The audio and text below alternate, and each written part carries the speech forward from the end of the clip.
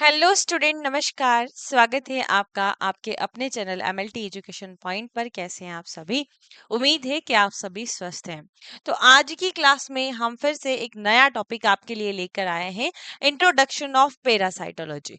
तो इसकी previous class में हमने समझा था कि आपके पैरासाइट्स क्या होते हैं, कितने टाइप्स के होते हैं, पैरासाइटोलॉजी को कितने भागों में डिवाइड किया गया है। तो आज की क्लास में जो हमारा रिमेनिंग है, जो कि बेसिक चीजें आपको पता होनी चाहिए पैरासाइटोलॉजी के बारे में, उनके बारे में डिस्कस करेंगे। बहुत अच्छे तरीके से हर एक कॉन्सेप्ट क्लियर करेंगे। तो चलिए क्लास स्टार्ट कर लेते हैं आज की इंट्रोडक्शन ऑफ पैरासाइटोलॉजी। तो देखिए, पैरासाइट के बारे में आप समझ चुके हैं कि पैरासाइट क्या है। अब बात आती है कि जब कोई पैरासाइट किसी भी व्यक्ति के अंदर जाता है, तो जब वो इन्फेक्शन कोज करता है, तो वो उस व्यक्ति के अंदर कैसे गया, उसका मोड क्या-क्या हो सकता है ट्रांसमिशन का, दूसरा उसका सोर्स क्या है। किसी भी चीज का देखो सोर्स होता है ना, कि ये चीज यहाँ से आई है, तो उसको हम क्या कहते हैं कि इसका सोर्स ये है। तो यहाँ पर अगर किसी भी व्यक्ति को कोई इन्फेक्शन हो रहा है, तो उसका सोर्स क्या है, वो आ कहाँ से रहा है। पानी से आ रहा है, सॉइल से आ रहा है, फूड से आ रहा है, किसी पर्सन से आ रहा है, किसी वेक्टर से आ रहा है ना। तो उसका सोर्स क्या है। फिर आता है मोड ऑफ इन्फेक्शन, या रूट भी आप कह सकते हैं। रूट मतलब कि वो पैरासाइट किसी भी व्यक्ति के अंदर गया कैसे। कैसे गया मतलब कि ओरल रूट से गया, स्किन से पेनिट्रेट हुआ, सेक्सुअली ट्रांसमिट हुआ, मदर से बच्चे में गया, है ना। तो उसका मोड ऑफ ट्रांसमिशन या रूट क्या है आपकी बॉडी के अंदर जाने का। और साथ ही जो लाइफ साइकिल्स होती है किसी भी पैरासाइट की, वो क्या होती है, उसके बारे में एक बेसिक सा इंट्रोडक्शन में दूंगी कि किसी भी पैरासाइट्स की जो लाइफ साइकिल होती है, उसका जो जीवन होता है अलग अलग स्टेजेस में, तो वो जीवन किसी भी होस्ट के अंदर होता है। अब वो एक होस्ट भी हो सकता है, दो होस्ट भी हो सकते हैं, तीन होस्ट भी हो सकते हैं। तो वही हमें बात करनी है कि कौन कौन से ऐसा पैरासाइट्स है जिसके अंदर केवल एक होस्ट होता है, या उसकी लाइफ साइकिल केवल एक होस्ट में कंप्लीट होती है। ऐसे पैरासाइट जिसकी लाइफ साइकिल दो होस्ट में होती है, और ऐसे जो जिनकी तीन होस्ट में होती है। तो यहाँ से क्वेश्चन पूछे जाते हैं, उन सभी पैरासाइट्स के नाम मैं आपको बता दूंगी। लास्ट हम पढ़ेंगे कि आपके जो लेबोरेटरी डायग्नोसिस होता है, आप पैरासाइट्स को डायग्नोस करते हैं, तो कैसे उसको डायग्नोस किया जाता है, कौन कौन सी टेक्निक से आप पैरासाइट को डायग्नोस कर सकते हैं। तो चलिए, पढ़ना क्या क्या है ये तो मैंने आपको बता दिया। अब स्टार्ट करते हैं। सबसे आपका पहला स्टार्टिंग से हम पढ़ते हैं आपके सोर्स ऑफ इन्फेक्शन से। तो आपको पहले तो ये पता होना चाहिए कि सोर्स ऑफ इन्फेक्शन क्या है। तो जैसा कि मैंने आपको बताया कि सोर्स ऑफ इन्फेक्शन का मतलब होता है कि मेन सोर्स क्या है, कहाँ से आ रहा है ना। पैसा कहाँ से आ रहा है, मेन सोर्स क्या है पैसा आने का। तो वो वाली बात है। यहाँ हम सोर्स देखेंगे, कुछ तीन चार सोर्स के बारे में हम बात करेंगे जो सबसे कॉमन होते हैं। सबसे पहला है आपका कंटामिनेटेड वाटर एंड सॉइल्स। देखिए, कोई भी इन्फेक्शन होता है किसी भी व्यक्ति को, तो मतलब ट्रांसमिशन हो रहा है, आप यूं समझ लीजिए। ट्रांसमिशन मतलब कि वो आ कहाँ से रहा है, कैसे ट्रांसमिट हो रहा है, कैसे लोगों में फैल रहा है। तो दो तरीके से बीमारी होती है, एक तो एंडोजेनस और एक एक्सोजेनस। एंडोजेनस मतलब पैरासाइट आपकी बॉडी के अंदर प्रेजेंट है, और एक्सोजेनस मतलब आपकी बॉडी के बाहर प्रेजेंट है। तो बाहर जैसे जू होती है, तो वो बाहर इन्फेक्शन क्रिएट कर रही है। पैरासाइट अगर अंदर गया तो वो एंडोजेनस आपके ऑर्गन्स को खराब कर देगा, आपके बॉडी के कई सारी सेल्स को, आपके पार्ट्स को खराब कर देगा। बॉडी के अंदर की प्रोसेस चल रही है, लीवर को खराब कर दिया, इंटेस्टाइन को खराब कर दिया, किडनी को खराब कर दिया, है ना।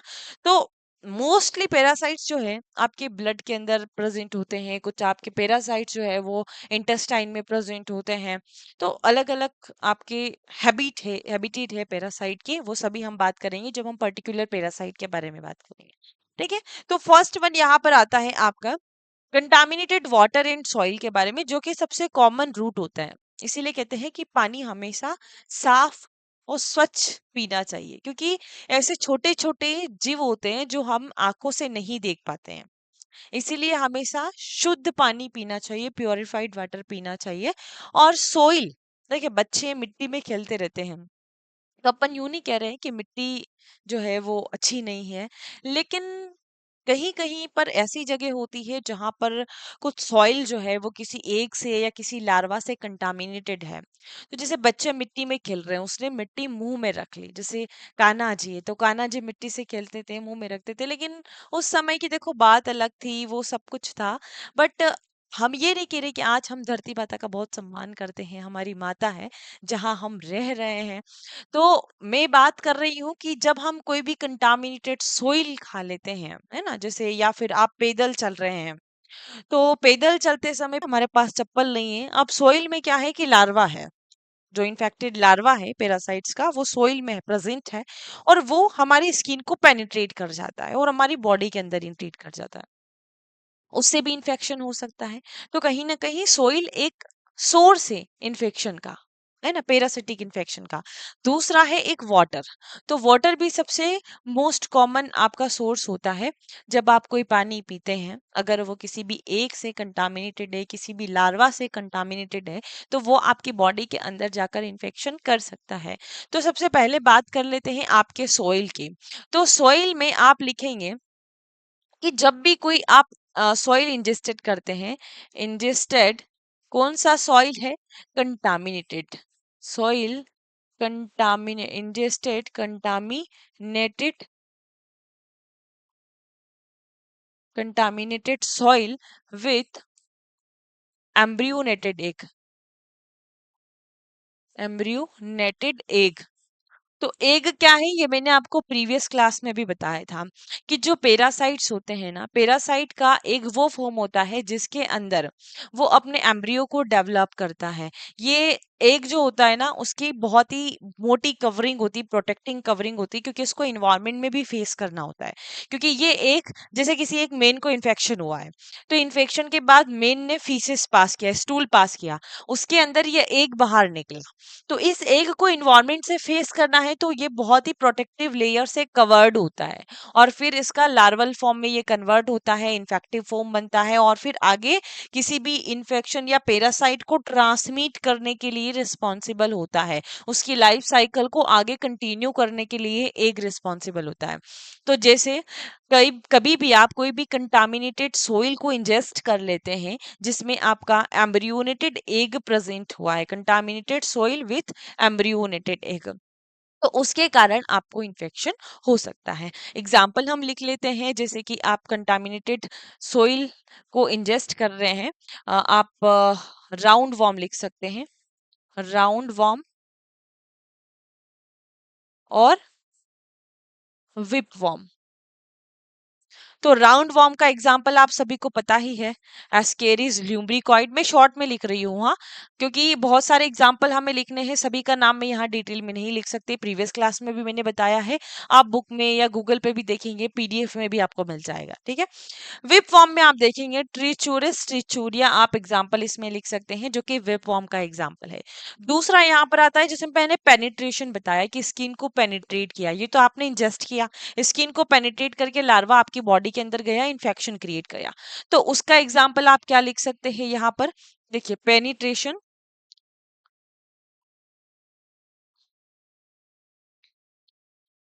Penetration of skin. एग्जाम्पल लिख लीजिए इसका, एनकाइलोस्टोमा डिओडिनम, या हुक वॉर्म लिख लो सीधा सा, हुक वॉर्म, ओके। तो इसमें आप एनकाइलोस्टोमा डिओडिनम लिख सकते हैं। अगला आता है यहाँ पर आपके, ये तो सॉइल की बारी होगी, अब आती है आपकी बात किसकी, वाटर की। तो आपने जो कंटामिनेटेड वाटर लिया, water contaminated with, contaminated with एक और लार्वा, और आपने उस पानी को पी लिया जिसमें एक या लार्वा प्रेजेंट है, तो भी आपको इन्फेक्शन हो जाएगा। उसका एक एग्जाम्पल लिख सकते हैं, कॉमनेस्ट, वो है आपका जियार्डिया लैमलिया, जियार्डिया लैमलिया, ठीक है। ये एग्जाम्पल आप वाटर के लिए लिख सकते हैं। तो ये हो गया आपका पहला सोर्स ऑफ इन्फेक्शन। दूसरा आता है यहाँ पर आपका कंटामिनेटेड फूड। तो जो आप फूड खाते हैं, जैसे आपने कोई ऐसी सड़ी गली पदार्थ या ऐसी चीजें खा ली जिसमें कोई लार्वा प्रेजेंट है, इन्फेक्टेड लार्वा प्रेजेंट है, और उसके कारण आपको कोई भी बीमारी, पैरासिटिक इन्फेक्शन हो सकता है। तो यहाँ बात करें कंटामिनेटेड फूड की, तो कंटामिनेटेड फूड में आप क्या लेते हैं, जैसे आपने कोई भी रॉ या फिर अंडर कुक्ड, रॉ और अंडर कुक्ड जो कि कंटामिनेटेड है, हाँ, अंडर कुक्ड। कंटामिनेटेड मतलब कि उसके अंदर कोई भी लार्वा प्रेजेंट है, या आप रो या कोई सा भी अंडर कुक्ड मीट खा रहे हो, बीफ खा रहे हो, पोर्क खा रहे हो, लेकिन उसके अंदर लार्वा नहीं है, तो फिर तो कोई इन्फेक्शन नहीं होना है। तो यहाँ कंटामिनेटेड वर्ड का बहुत महत्व है, इसका ध्यान रखना। रॉ और अंडर कुक्ड मीट, मीट या फिर बीफ आप लिख सकते हैं, या फिर आप लिख सकते हैं पोर्क, ठीक है। तो अगर आप कोई भी कंटामिनेटेड ऐड कर लीजिएगा, हाँ, रॉ और अंडर कुक्ड मीट, बीफ या पोर्क लेते हैं, जैसे एक सुअर का मांस अगर बहुत सारे लोग खाते हैं, देखो हम ये तो नहीं कहते कौन खाता है कौन नहीं खाता है, लेकिन जो सुअर का मांस खाते हैं अगर वो किसी भी लार्वा से कंटेन है, तो उस कंडीशन में आप एक पैरासाइट का नाम लिख सकते हैं जो कि सबसे कॉमन है, वो है टीनिया सोलियम। इसमें एग्जाम्पल है आपका टीनिया सोलियम, ठीक है। तो अगर आपके इस पैरासाइट का लार्वा कंटेन है आपके इस रॉ और अंडर कुक्ड मीट, बीफ या पोर्क में, तो उस कंडीशन में आपको इन्फेक्शन हो सकता है, ठीक है। तो इसीलिए जो आपका अंडर कुक्ड फूड होता है, अगर उसमें लार्वा कंटेन है, अगर पका लिया अच्छे से, तो वो लार्वा क्या हो जाता है, खत्म हो जाता है। तो अंडर कुक्ड और रॉ का मतलब आप समझ जाइए कि वो पूरी तरीके से पका हुआ नहीं है, तो उसमें लार्वल फॉर्म प्रेजेंट होता है। क्लियर है? तो ये हो गया आपके फूड की बारी। तो फूड में तो वैसे बहुत सारी चीजें ऐसी भी होती है जिसमें भी पैरासाइट्स जैसे एक भी प्रेजेंट हो सकता है, तो उस आपके इंटेस्टाइन में जाकर वो इन्फेक्शन कोज कर सकता है। तो ये कॉमन एग्जांपल था जो मैंने आपको लिख दिया है, आप बस ये याद रख लीजिएगा। ओके, तो अब चलते हैं हम आपके नेक्स्ट पार्ट की तरफ। अगला पार्ट आता है आपका, देखिए अगला है वेक्टर। तो वेक्टर से आप क्या समझते हैं? वेक्टर का मतलब होता है एक एजेंट, या फिर एक कह सकते हैं एक जीव। क्या है वेक्टर? वेक्टर एक एजेंट है, एजेंट है, वेक्टर एक एजेंट है फॉर ट्रांसमिशन, है ना।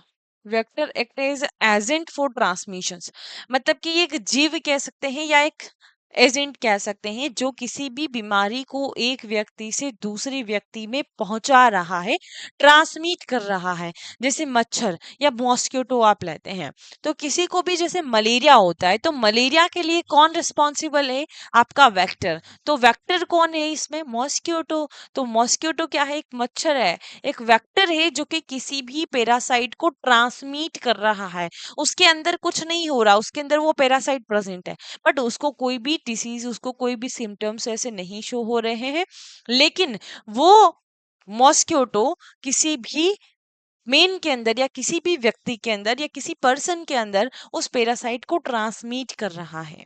तो यहाँ पर वेक्टर कौन है? आपका मॉस्किटो। एग्जाम्पल लिख सकते हैं आप, मॉस्किटो।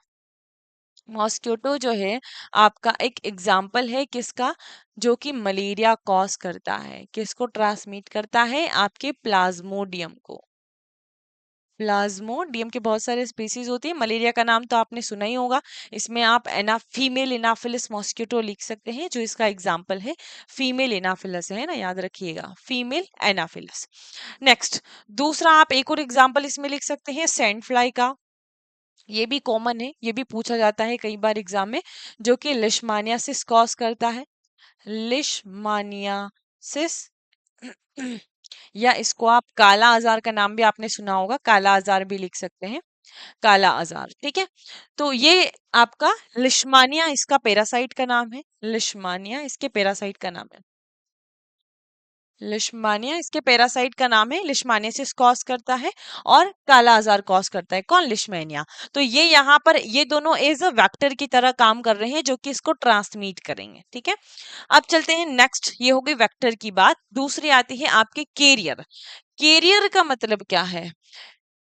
कैरियर का मतलब बस इतना सा है कि कोई भी जीव या जानवर ले लीजिए या व्यक्ति ले लीजिए, जिसके अंदर कोई क्लिनिकल सिम्टम्स नहीं है, पैरासाइट प्रेजेंट है बट कोई क्लिनिकल सिम्टम्स नहीं है, कोई भी डिसीज नहीं है, कोई साइन नहीं है, बस उसके अंदर वो रिजर्व है। मतलब मैंने जैसे रिजर्वियर होस्ट आपको बताया था ना, कि रिजर्वियर होस्ट का मतलब उसके अंदर पैरासाइट प्रेजेंट है, बस वो ट्रांसमिट कर देगा। यानी कि जैसे हम एक एग्जांपल लिख सकते हैं यहाँ पर टॉक्सोप्लाज्मा गोंडी का, है ना। एक एग्जांपल लिख देती हूँ मैं आपके कैरियर का, टॉक्सोप्लाज्मा गोंडी का। इसमें क्या होता है कि ये जो केट होती है ना, इस केट के अंदर वो पैरासाइट प्रेजेंट होता है, बट इसको कुछ नहीं होता है, इसको कोई बीमारी नहीं होती है। लेकिन जब ये अपने फीसेस को रिलीज करती है तो उसके अंदर ओसिस्ट प्रेजेंट होता है। अब इस ओसिस्ट को जब कोई यहाँ पर इंजेस्ट कर लेता है, फिर से ये आपके इन्फेक्टिव फॉर्म में कन्वर्ट होता है, और जब इसको कोई भी व्यक्ति इंजेस्ट कर लेता है तो उसके अंदर बीमारी हो जाती है। बट इसके ऊपर कोई इफेक्ट नहीं है उस पैरासाइट का। ठीक है। तो ये आपका एज अ कैरियर की तरह काम कर रहा है। मतलब कहीं ना कहीं है तो ये भी सोर्स। तो सोर्स कोई भी हो सकता है, मेन भी हो सकता है, कैट भी हो सकता है, डॉग भी हो सकता है ना। डॉग जैसे आपने इकाइनोकोकस ग्रेन्युलोसस का नाम सुना होगा, पैरासाइट। तो वो कैसे हो रहा है, डॉग से हो रहा है। तो डॉग के अंदर उसके कोई सिम्टम्स नहीं है, बट वो ट्रांसमिट हो सकता है किसी भी जीव के अंदर। ठीक है। तो किसी भी एनिमल के अंदर। तो यहाँ जैसे कैट है, डॉग है, मैन है, ये सभी एज अ सोर्स की तरह काम ही करते हैं। मैन टू मैन भी होता है ना। एक व्यक्ति से दूसरे व्यक्ति में फैल रहा है, तो कहीं ना कहीं एक मैन जो है वो दूसरे व्यक्ति के लिए एज अ सोर्स की तरह काम कर रहा है। फिर लास्ट यहाँ पर बचता है आपका सेल्फ ऑटो इन्फेक्शन। अच्छा, ये ऑटो इन्फेक्शन क्या है? देखो, ऑटो इन्फेक्शन का मतलब होता है, जैसे मैंने आपको एक ऑटो इम्यून डिसीज के बारे में भी बताया था। ऑटो इम्यून मतलब कि खुद की ही सेल जो है हमारी सेल को पहचान नहीं पाती है और उसको मार देती है। अब ऑटो इन्फेक्शन में कुछ इसी तरीके का होता है यहाँ पर, कि आप खुद से ही खुद को इन्फेक्शन कॉज कर लेते हैं। जैसे एंटेरोबियस वर्बिकुलेरिस एक एग्जांपल इसमें आप लिखेंगे। ऑटो इन्फेक्शन का एक एग्जांपल लिखेंगे, वर्मी कुलैरिस। यानी कि खुद से ही खुद को इन्फेक्शन कर लेना। कैसे हो रहा है ये? फिंगर से माउथ। तो finger to mouth transmission. Finger to mouth transmission कैसे मैम? समझ में नहीं आया, अभी समझाते हैं। जैसे कि आप यहाँ पर एंटोरोबियस वर्मिकुलेरिस का एग्जांपल ले रहे हैं। तो अब क्या हुआ, उस मैन के अंदर इन्फेक्शन है, और उस समय क्या हुआ कि जब फीसेस रिलीज हुआ तो उसमें एग भी रिलीज हुआ। जब एग रिलीज हुआ मतलब कि वो फीसेस कंटामिनेटेड है एग से। तो अब आप क्या है कि बड़े-बड़े से नेल्स रखते हैं ना, इसीलिए कहते हैं कि हमेशा नाखून साफ रखने चाहिए और नाखून छोटे होने चाहिए। बड़े-बड़े नाखून रखती है ना लड़कियां।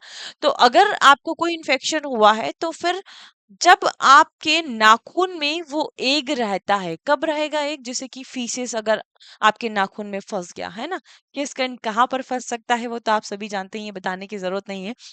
तो अगर फीसेस आपके नाखून में लग गया और अगर वो एग से कंटामिनेटेड, चूंकि हम उसको देख नहीं सकते, बहुत स्मॉल होता है ना। मतलब आप माइक्रोस्कोप से देखना पड़ रहा है, मतलब आप आंख से तो देख नहीं पाएंगे उसको।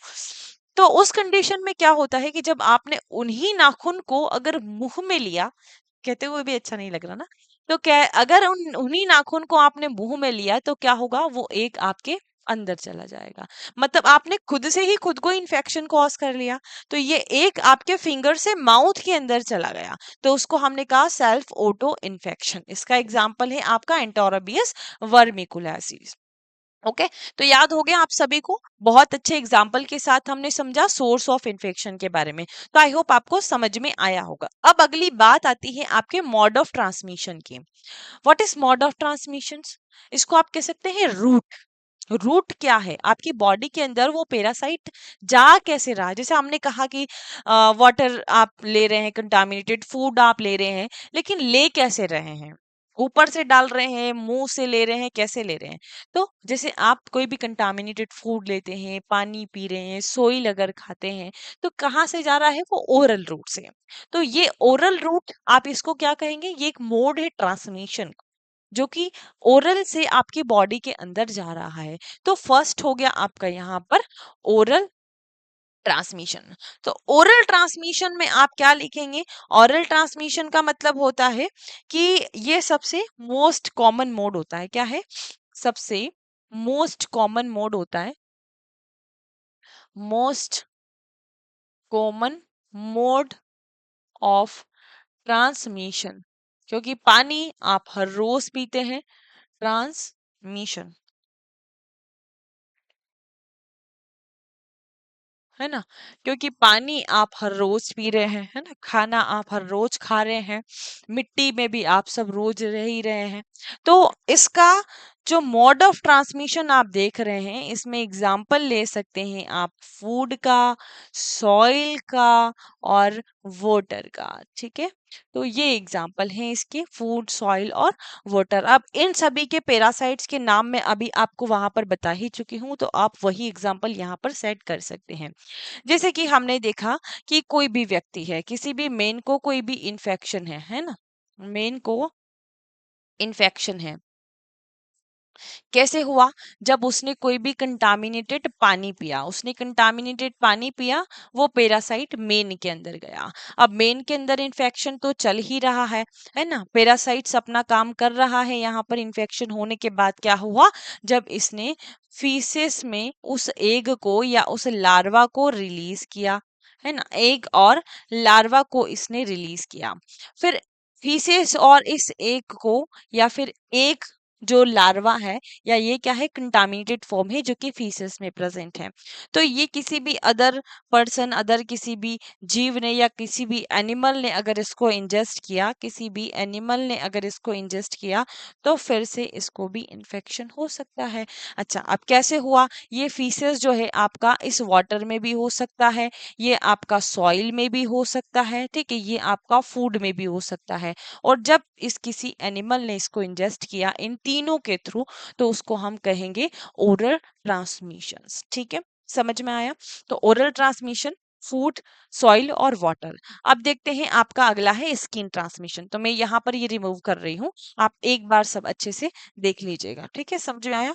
स्किन ट्रांसमिशन में देखेंगे आप, इसको हटा दो।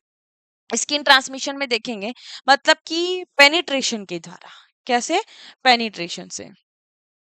एक मिनट, पेनिट्रेशन हो रहा है यहाँ पर, penetration, penetration of larval form of parasite, larval form of parasite.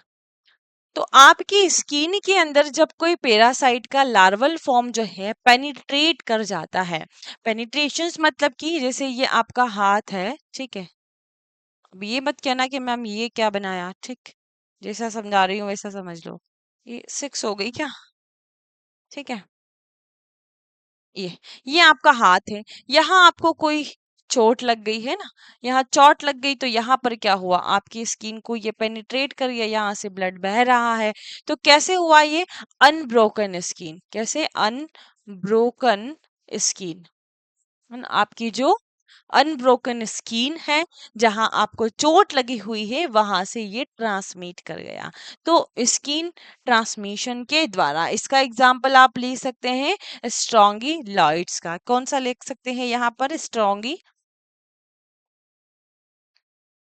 Lloyds का। ठीक है, तो इसका एग्जांपल आप लिख सकते हैं। अगला देखिए, स्किन ट्रांसमिशन के बाद कौन सा आता है यहाँ पर? स्किन ट्रांसमिशन के बाद आता है आपका बाइट ऑफ फैक्टर।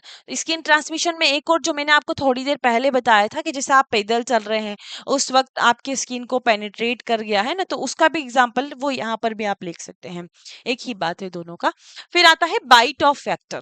तो वेक्टर के बाइट करने से, अभी जो हमने वेक्टर देखे हैं कौन कौन से देखे, जैसे मॉस्किटो देखा हमने, सैंड फ्लाइज देखा, तो उनके बाइट करने से, तो ये एक रूट ही हो गया आपका। स्किन एक रूट था, पेनिट्रेशन के थ्रू जा रहा था अनब्रोकन स्किन से, तो वो भी एक रूट हो गया, आपके बॉडी में अंदर कैसे जा रहा है। तो यहाँ पर भी ये रूट हो सकता है कि वेक्टर तो है, वो एक जीव तो है जो ट्रांसमिशन का काम कर रहा है, क्योंकि वेक्टर तो एक सोर्स की तरह काम कर रहा है। बट वो वेक्टर कैसे पैरासाइट को अंदर पहुंचा रहा है? वो बाइट के थ्रू पहुंचा रहा है। तो बाइट यहाँ पर मोड हो गया और वेक्टर यहाँ पर सोर्स हो गया। दोनों चीजें आपको समझ में आ गई होगी, आप, आई होप। ठीक है, तो यहाँ देखिए, bite of vector, bite of vector में आप कौन सा एग्जाम्पल लिखेंगे? वही एग्जाम्पल जो मैंने अभी आपको बताए हैं, आपके प्लाज्मोडियम का लिख सकते हैं, है ना, प्लाज्मोडियम और काला आजार। काला आजार, ठीक है। किसके द्वारा हो रहा है वो भी आप यहाँ पर लिख लीजिए, मॉस्क्यूटो, ठीक है, और आपका सेंट फ्लाई। ओके, तो ये हो गया आपका बाइट ऑफ वेक्टर। तो कैसे ट्रांसमिट हो रहा है, इंसेक्ट बाइट के द्वारा। कैसे, इंसेक्ट बाइट। तो ये भी लिख सकते हैं आप चाहो तो यहाँ पर, बाय इंसेक्ट, इंसेक्ट बाइट। अब देखो, सेक्सुअल ट्रांसमिशन, सेक्सुअल ट्रांसमिशन मतलब कि by sexual contact, by sexual contact, यानी कि ऐसे पैरासाइट जो कि सेक्सुअल कांटेक्ट से एक व्यक्ति से दूसरे व्यक्ति के अंदर फैलते हैं, उनको आप कहेंगे यहाँ पर, जो कि सेक्सुअल ट्रांसमिशन से फैल रहे हैं, वो पैरासाइट का नाम है यहाँ पर आपके ट्राइकोमोनास वेजाइनलिस। इसका एग्जांपल लिखिए, ट्राइकोमोनास वेजाइनलिस, ठीक है, जो कि सेक्सुअल कांटेक्ट से फैलता है। ठीक है, जब किसी व्यक्ति के अंदर अगर ट्राइकोमोनास वेजाइनलिस प्रेजेंट है, अगर उन दोनों के बीच सेक्सुअल कांटेक्ट होता है तो एक व्यक्ति से वो दूसरे व्यक्ति में भी फैल सकता है। ओके, तो यहाँ पर सेक्सुअल ट्रांसमिशन का आप ये एग्जाम्पल लिख सकते हैं। अगला चलते हैं आपका वर्टिकल ट्रांसमिशंस। तो वर्टिकल ट्रांसमिशन का मतलब होता है कि एक जनरेशन से दूसरे जनरेशन में, मतलब कि मदर से बच्चे में जा रहा है। तो यहाँ वर्टिकल ट्रांसमिशन का मतलब बस आप इतना ही लिख लीजिए कि मदर से वो फीटस में जा रहा है, मदर से फीटस में जा रहा है, इसीलिए उसको हम वर्टिकल ट्रांसमिशन कह रहे हैं। तो कौन सा एग्जाम्पल आप इसमें लिख सकते हैं, जो सबसे कॉमन आप सभी को पता है, हम कौन सा टेस्ट लगाते हैं, मलेरिया टेस्ट लगाते हैं, है ना। तो उसके लिए आप यहाँ पर एग्जाम्पल लिखेंगे, वर्टिकल ट्रांसमिशन के लिए एग्जाम्पल इसमें लिखिए मलेरिया, जो कि मदर से फीटस में जा सकता है।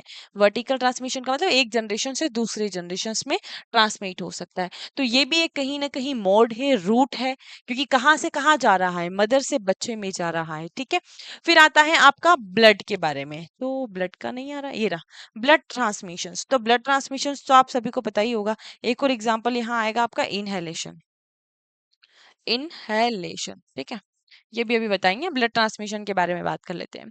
तो ब्लड ट्रांसमिशन मतलब कि ब्लड टू ब्लड ट्रांसमिट हो रहा है।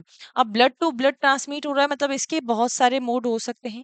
ब्लड तो है ये मोड, लेकिन कौन कौन से तरीके से हो सकता है, जैसे कि किसी को हमने ऐसा ब्लड ट्रांसफ्यूज कर दिया जिसके अंदर आप देख सकते हैं, सबसे कॉमनेस्ट एग्जांपल लूंगी मैं मलेरिया का, ठीक है, लिश्मानिया का ले सकते हैं, ट्रिपोनोसोम्स का ले सकते हैं, जो कि ब्लड स्ट्रीम्स में प्रेजेंट होते हैं। ठीक है, तो ब्लड टू ब्लड ट्रांसमिट हो रहे हैं। तो आप अगर किसी को ऐसा ब्लड ट्रांसफ्यूज कर देते हैं जिसमें कि प्लाज्मोडियम प्रेजेंट है ना, या उसके अंदर लिश्मानिया प्रेजेंट है, ट्रिपोनोसोम्स प्रेजेंट है ना, और किस किस तरीके से हो सकता है ब्लड टू ब्लड, आप सभी जानते ही हैं कौन कौन से उसमें मोड हो सकते हैं। तो ब्लड ट्रांसमिशन में आप एग्जाम्पल यहाँ पर लिख लीजिए, यानी कि एक व्यक्ति से दूसरे व्यक्ति में। तो मैन टू मेन भी आप यहाँ पर लिख सकते हैं। तो ब्लड ट्रांसमिशन का एग्जाम्पल आप लिखेंगे, जो सबसे कॉमन एग्जाम्पल है, आप सभी को पता है मलेरिया, किसके द्वारा हो रहा है ये बार बार नहीं लिखूंगी मैं, है आप लिश्मानिया लिख सकते हैं इसके अंदर, लिश्मानिया और ट्रिपोनोसोम्स। ठीक है, तो ये आपके एग्जाम्पल है किसके, ब्लड ट्रांसमिशंस के। तो ये कैसे ट्रांसफ्यूज हो रहे हैं, ब्लड ट्रांसमिशन मतलब कि transfuse through blood, transmission through blood. फिर आप इनहेलेशन में लिखेंगे, तो इनहेलेशन मतलब कि आपके रेस्पिरेटरी ट्रैक्ट के थ्रू वो इंटर कर रहा है। क्या इंटर कर रहा है, जैसे एग, तो एग का इनहेलेशन भी होता है ना, मतलब एग मतलब जो एयरबॉर्न एग होते हैं, एग मतलब वो इंजेक्शन वाले एग नहीं, जो एयरबोर्न एग होते हैं उनका जब आप इनहेलेशन कर लेते हैं तो उस कंडीशन में आपको बीमारी हो सकती है। तो उसका एग्जाम्पल आप लिखेंगे एंटेरोबियस वर्मिकुलेरिस का, एंटेरोबियस वर्मिकुलेरिस का। तो इनहेलेशन भी क्या हो गया, आपका एक मोड हो गया। तो कौन कौन से मोड हमने देखे, इनहेलेशन है आपका, वर्टिकल है आपका, ब्लड के द्वारा हो सकता है, सेक्सुअल कांटेक्ट के द्वारा हो सकता है, ऑरल रूट हो सकता है, स्किन ट्रांसमिशन हो सकता है। तो ये सारे मोड है जिसके द्वारा पैरासाइट आपकी बॉडी के अंदर इंटर कर सकता है। वो चाहे किसी वेक्टर से कर रहा हो, किसी मेन से कर रहा हो, सॉइल से कर रहा हो, पानी से कर रहा हो, वाटर से कर रहा हो, लेकिन बॉडी में एंट्री कैसे हो रही है, वो आपका रूट या मोड ऑफ ट्रांसमिशन कहलाता है। अब चलते हैं आपके नेक्स्ट भाग की तरफ। देखो ऑटो इन्फेक्शन में वही आपका सेम रहेगा। ऑटो इन्फेक्शन कैसे होता है, तो आपके नेल से होता है, फिंगर से होता है, जो कि आपके ओरल रूट से ही अंदर जाएगा। अब बात आती है आपके लाइफ साइकिल की। तो लाइफ साइकिल क्या होती है, जैसे हमारा जीवन काल होता है, तो हम हमारे जीवन में बहुत सारी चीजें करते हैं, है ना, एंजॉय करते हैं, खाते हैं, पीते हैं, रिप्रोडक्शंस करते हैं, सारी चीजें हमारे जीवन में हो रही। वैसे ही किसी पैरासाइट्स का जो जीवन होता है, जो लाइफ साइकिल्स होती है, तो उस लाइफ साइकिल में आपका वो लाइफ साइकिल कहीं होस्ट से गुजरता है। तो उस होस्ट से, जैसे कि एक होस्ट के अंदर, फिर दूसरे होस्ट के अंदर, फिर तीसरे होस्ट के अंदर, या फिर केवल एक होस्ट के अंदर भी वो अपनी लाइफ साइकिल को कंप्लीट कर लेता है, जिसमें उसकी कई सारी स्टेजेस आती है पैरासाइट्स की। रिप्रोडक्शंस की स्टेजेस आती है, डेवलपमेंट की स्टेजेस आती है। तो ये सारी स्टेजेस जब कंप्लीट होती है, ट्रांसमिशन के स्टेजेस आती हैं, तो उसको हम कहते हैं एक पैरासाइट की लाइफ साइकिल। जब पैरासाइट किसी भी बॉडी के अंदर इंटर करता है, उसके अंदर इन्फेक्शंस कोज करता है, अपने खुद का डेवलपमेंट करता है, अपने लार्वल फॉर्म का डेवलपमेंट करता है, रिप्रोडक्शंस करता है, और फिर वो ट्रांसमिट होता है। तो ये पूरी आपकी एक लाइफ साइकिल कहलाती है। तो इस लाइफ साइकिल को अगर आप देखेंगे ना, तो मैंने कहा कि कोई भी पैरासाइट जो है अपनी लाइफ साइकिल किसके अंदर कंप्लीट करता है, होस्ट के अंदर। होस्ट क्या है, आप सभी जानते ही है होस्ट क्या है। होस्ट कोई भी हो सकता है, एक मेन भी हो सकता है, कैट, डॉग, किसी को भी आप ले सकते हैं। तो अगर जैसे ये कोई मेन है आपका यहाँ पर, है ना, ये मेन है, तो ये एक होस्ट है जहां पर आपका पैरासाइट रहता है ना, यहाँ से न्यूट्रिएंट लेता है, उसके डेवलपमेंट के लिए ये आपकी पूरी साइट होती है। तो ये हार्बरस है, ये घर है होस्ट पैरासाइट के लिए, जहां वो अपने आप का डेवलपमेंट करता है, जहां पर वो रिप्रोडक्शंस करता है। बट यहाँ होस्ट को कोई भी फायदा वो नहीं पहुंचाता है, उल्टा नुकसान उसका करता है, उसको डिसीज कॉज करता है। जबकि हमारे पेट में कुछ ऐसे बैक्टीरिया होते हैं जो हमारी बॉडी में पड़े हैं, लेकिन बहुत अच्छे से रह रहे हैं, और हमको भी सारे न्यूट्रिएंट प्रोवाइड करवा रहे हैं, हमारे लिए भी काम कर रहे हैं, और खुद का भी काम हो रहा है। लेकिन पैरासाइट के बारे में ऐसा नहीं है, पैरासाइट केवल आपको डिसीज कॉज करते हैं, और उसका आपको कोई फायदा नहीं होता है पैरासाइट का। ठीक है, तो ये आपके जो होस्ट होते हैं ना, ये होस्ट ऐसे होते हैं कि मतलब पैरासाइट अपनी लाइफ साइकिल किसी एक होस्ट में भी कंप्लीट कर सकता है। मान लो केवल उसने मेन में ही कंप्लीट कर ली, या फिर वो दो में भी कंप्लीट कर सकता है। जैसे कि ये एक मच्छर है, अब मच्छर कैसा मैं बना रही हूँ आप ये मत कहना, हाँ, ये एक मच्छर है, तो ये उसका फर्स्ट होस्ट हो गया। फिर यहाँ से ट्रांसमिट हुआ मेन के अंदर, ये उसका सेकंड होस्ट हो गया।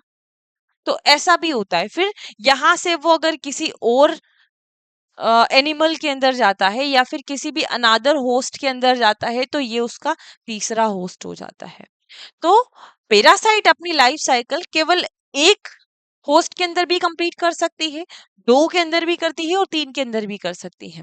तो ये अगर वो किसी भी एक होस्ट के अंदर करती है, तो उसको हम कहते हैं डेफिनेटिव होस्ट, है ना। डेफिनेटिव होस्ट का मतलब होता है जहां पर पैरासाइट अपना सेक्सुअल रिप्रोडक्शंस कर रहा हो, या उसके एडल्ट फॉर्म को कंप्लीट कर रहा हो। फिर दूसरा आ जाता है यहाँ पर इसका इंटरमीडिएट होस्ट, जहां पर उसका एसेक्सुअल डेवलपमेंट हो रहा है। फिर किसी किसी पैरासाइट्स का जो है वो थर्ड होस्ट भी होता है, या सेकंड होस्ट भी होता है, जिसको हम सेकंड इंटरमीडिएट होस्ट कहते हैं। तो कौन से ऐसे पैरासाइट्स हैं जिनकी लाइफ साइकिल केवल एक होस्ट में कंप्लीट होती है, जिनकी केवल दो होस्ट में होती है, या जिनकी तीन तीन में होती है। तो उन सभी पैरासाइट के नाम मैं आपको यहाँ बताऊंगी, जो कि आपके लिए जानना बहुत जरूरी है, क्योंकि ये एग्जाम में पूछा जाता है। ओके, तो यहाँ इनके एग्जाम्पल आप अच्छे से देख लीजिए, मैं इनको टेबल फॉर्म में बनाकर लाई हूँ, बहुत अच्छे तरीके से आपको समझ में आ जाएंगे। फर्स्ट यहाँ पर लाइफ साइकिल देखेंगे आप पैरासाइटोलॉजी की, नहीं पैरासाइट की, ठीक है। पैरासाइटोलॉजी का मतलब तो होता है पैरासाइट की स्टडी करते हैं, तो पैरासाइट यहाँ पर लिखिएगा। अब पैरासाइट की लाइफ साइकिल एक तो डायरेक्ट होती है और एक इनडायरेक्ट होती है। डायरेक्ट का मतलब केवल एक ही होस्ट में कंप्लीट होगी, जिसको आप डेफिनेटिव होस्ट कहेंगे। तो यहाँ अगर प्रोटोजोआ की बात करेंगे तो ये प्रोटोजोआ के नाम है और ये हेलमिन्थ्स के नाम है, जहां पर उनकी लाइफ साइकिल डायरेक्ट चलती है, मतलब कि एक ही होस्ट में कंप्लीट होती है, जिसको आप डेफिनेटिव होस्ट कहते हैं। डेफिनेटिव होस्ट कहते हैं, ठीक है। देखिए प्रोटोजोआ में एंटमीबा, एस्टोलेटिका, जियार्डिया, लिम्ना, ट्राइकोमोनास, बेलेंटिडियम कोलाई और माइक्रोस्पोरेटिया, इनके नाम याद रख लेना। हेलमिंथीज में है आपके एच नाना, जिसको आप कहते हैं एनकाइलोस्टोमा डिओडिनम, एस्केरिस फ्लुमरिकॉइड्स, एंटेरोबियस, टेचुरिया टेचुरिस और आपके स्ट्रॉन्गिलॉइड्स की स्पीसीज। तो इन सब के नाम आपको याद रखना है, जो कि डेफिनेटिव होस्ट यानी कि उनकी लाइफ साइकिल एक ही होस्ट में कंप्लीट होती है, जिसको आप डायरेक्ट लाइफ साइकिल पैरासाइट कहते हैं।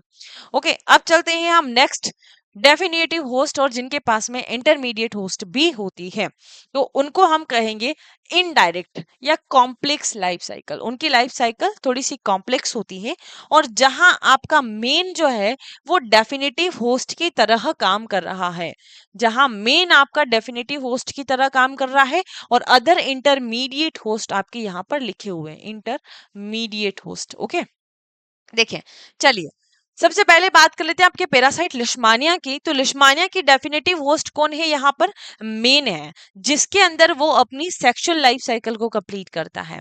फिर आती है आपकी सेंट फ्लाई की बारी, जो कि यहाँ पर इंटरमीडिएट होस्ट की तरह काम कर रहा है ना। तो जो वेक्टर है आपका सेंट फ्लाई क्या है, एक वेक्टर है जो कि बाइट करता है मेन को और उसके अंदर आपके लार्वल फॉर्म को छोड़ देता है, ठीक है। ट्रेपोनोसोमा क्रूजी की बात करें तो यहाँ पर भी मेन आपका सबका डेफिनेटिव, देखो इन सबका डेफिनेटिव होस्ट मेन ही है, तो इसका ध्यान रखना आप। तो ये सारे पैरासाइट है जिनका डेफिनेटिव होस्ट मेन होता है, लेकिन इंटरमीडिएट होस्ट देखेंगे तो सबका चेंज है। ट्रेपोनोसोम का देखेंगे तो यहाँ पर टेट्रोमिन बग है, और टीनिया सोलियम का देखेंगे तो पिग है, टीनिया ये है ना, टीनिया सजिनिटा का देखेंगे तो काव है, और सिस्टोसोमा का देखेंगे स्नेल होता है, ट्रिकिनिला स्पैरेल्स का देखेंगे तो रिक होता है, और ड्रैकेनकुलस मेडिनेसेंस को देखेंगे तो साइक्लॉप्स होता है। वाउचीरिया बेनक्रॉफ्टी का देखेंगे तो यहाँ उसका क्या होता है, मॉस्किटो होता है, इसका नाम है एडोस एनोफिलस, ठीक है। और सबका डेफिनेटिव होस्ट मेन है, तो इसको आप याद कर लीजिएगा। मेन तो आपको याद हो ही जाएगा, बस पैरासाइट के नाम याद करने हैं और इंटरमीडिएट होस्ट याद करनी है। अब चलिए ऐसा पैरासाइट पर चलते हैं जिनकी लाइफ साइकिल जो है वो ये इंटरमीडिएट होस्ट वाला ही है, पर यहाँ पर मेन आपके इंटरमीडिएट होस्ट की तरह काम कर रहा है, यानी कि इसमें आपका मेन डेफिनेटिव होस्ट की तरह था, अब यहाँ पर मेन आपके इंटरमीडिएट होस्ट की तरह है। तो ऐसे पैरासाइट जहां पर मेन आपके डेफिनेटिव होस्ट होता है, सॉरी इंटरमीडिएट होस्ट होता है, और डेफिनेटिव होस्ट कोई और होता है।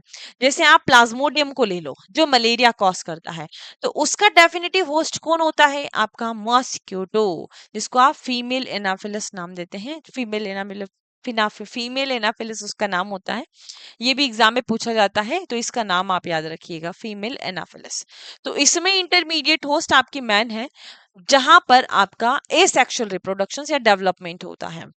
बेप्सिया में आप देखेंगे तो टिक डेफिनेटिव होस्ट है और मैन इंटरमीडिएट होस्ट है।